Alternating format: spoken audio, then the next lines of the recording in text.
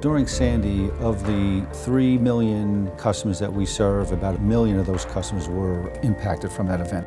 Nothing we could imagine. 60 million gallons of water into the U-Carry tunnel and 12 million gallons of contaminated salt water at the Queenston tunnel. The damage to the transit system was extraordinary. Couldn't even put a number against that damage. And yet, you had to start working almost immediately because the city relies on the transit system.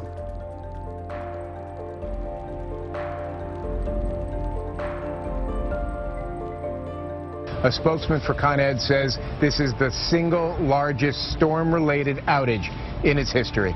An explosion at a Con Edison plant. More than 250,000 people across the city lost power. I saw the flash from my window right over there, and it was pretty impressive. But the thing that really impressed me the most was how fast the water came in. By about 10 o'clock that night, we had 6 feet of water surrounding the entire complex. Sandy hit with such force and velocity and with so much floating debris that a lot of the vertical barricades were breached, thereby flooding the system. You've never seen it before, you don't know how to react to it. You only know that it's vital that you immediately act in order to try to restore as much of the system as quickly as possible. He says the water's coming down from the ceiling. What do you mean from the ceiling? I said, evacuate the tunnel immediately, stop everybody from going in and pull up personnel out of the tunnels. The amount of debris that was carried into those small approach tunnels, we just couldn't believe our eyes.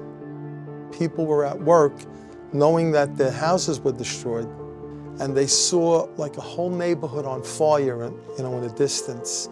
There was no communications to their houses, and they stood the line. They stayed and protected the structure, and I have to give them a lot of credit.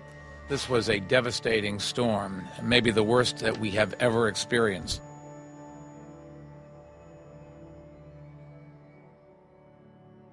By 1 o'clock, the water was gone. And we ran outside and we started our evaluation of what we had to do. And there were cars all over the place. We were moving, and we were like this big locomotive, and we started moving. And I'd say in 3 days, we got electricity back to the city of New York, which was, I think, absolutely amazing. Con Ed's embarked on a $1 billion program to fortify the future of our system. We're going to be adding more submersible components. We have 26,000 transformers underneath the streets on our distribution system. About 50% of those are submersible, meaning they can be placed underwater either through rain events or flooding events. So Montague actually suffered the worst damage of all the tubes. We had to rebuild the duct banks that house cables. So in order to do that, we had to remove all of the existing cable work, demolish the duct banks themselves, remove all the debris that's associated with that demolition. We have about $500 million worth of work currently underway, and we expect that we'll be awarding another close to $600 million worth of work in the fourth quarter of this year. So we're going to have a tremendous amount of ongoing work over the next couple of years in order to recover the system, but also to build in resiliency to the system.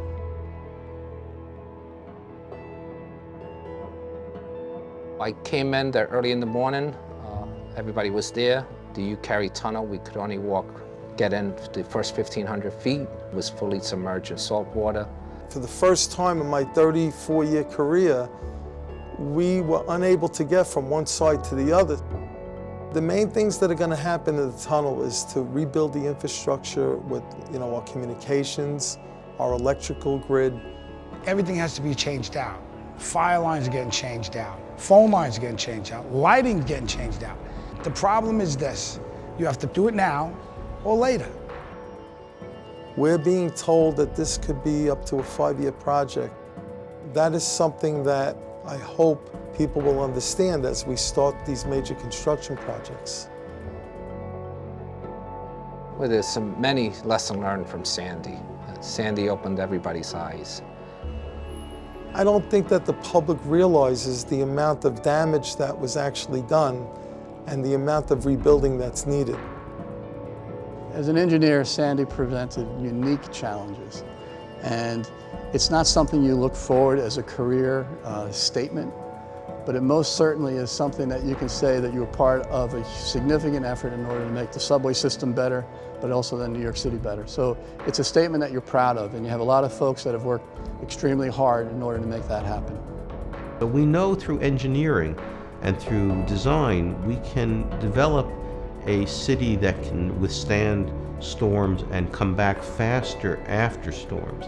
We're not going to be able to live here without doing that, so we have to figure out a way to make the city stronger.